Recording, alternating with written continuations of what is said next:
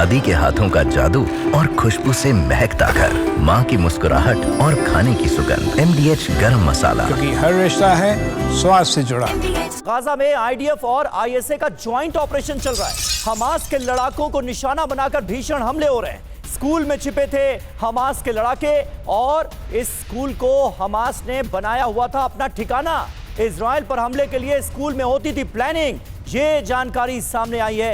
ये देखिए तस्वीरें आपको दिखा रहे हैं। इसी स्कूल में हमास के लड़ाकों के छिपे होने की बात सामने, ये तस्वीरें आपको दिखा रहे हैं। और इससे पहले भी इस तरह की खबरें आई हैं कि हमास ने कई ऐसे रिहायशी इलाकों में अपने लड़ाकों के ठिकाने तैयार किए हुए हैं जहां पर हमले करने से पहले कई बार सोचना पड़े इजराइल को।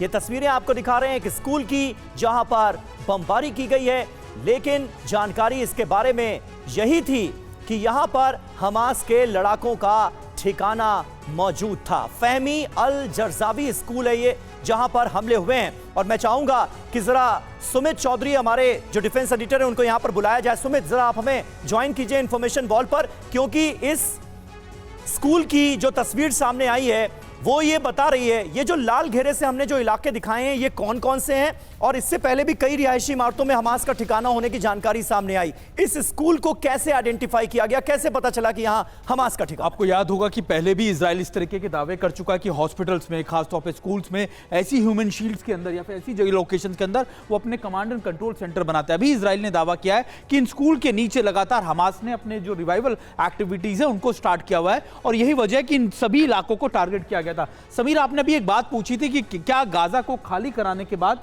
कौन सा वो इलाका होगा जहां पर हमास या फिर आप कह सकते हैं कि गाजा को शिफ्ट किया जा सकता है। इजिप्ट इसको लेकर पहले ही मना कर चुका है, जॉर्डन मना कर चुका है, लेकिन अगर आप देखें पिछले 6 महीनों में 700 से ज्यादा एयर स्ट्राइक्स साउथ सीरिया के इलाके में की गई है। साउथ सीरिया वो इलाका होगा जहां पर गाजा को शिफ्ट किया जाएगा और ये इसलिए भी क्योंकि वेस्ट बैंक के साथ साथ साउथ सीरिया को डोमिनेट करना इजराइल के लिए बहुत आसान है। और शायद अगर आप एयर स्ट्राइक्स देख रहे हैं, चाहे वो आप हमास के खिलाफ भी देख रहे हैं, ये इसलिए की जा रही है। इसमें लोगों के जहन में ये सवाल भी आ रहा होगा कि भाई 75% इलाकों पर तो कब्जे की तैयारी है, 25% जो हिस्सा है उस पर क्या होगा? देखिए, सबसे इंपॉर्टेंट बात यह कि 25% जो यानी इजिप्ट के बॉर्डर के साथ लगता है, ऑलरेडी वहां से कई हजारों लोग माइग्रेट कर चुके हैं। वो इलाका भी धीरे धीरे इजराइल अपने डोमिनेट में ले लेगा और ये इसलिए हो रहा है समीर, अगर आप समझिए कि इजराइल अब ये समझ चुका है कि एक तरफा, क्योंकि वो अपनी रीइंफोर्समेंट हर इलाके में नहीं कर सकता, चाहे वो नॉर्थ हो चाहे वो साउथ हो, तो वो चाहता है कि एक ही इलाके में। अच्छा सुमित, एक और बात बताइए, आपने बहुत इंपॉर्टेंट बात की कि ये जो जिस तरह से स्कूल हम दिखा रहे हैं जहां पर इस ऑपरेशन को अंजाम दिया गया, इसके जरिए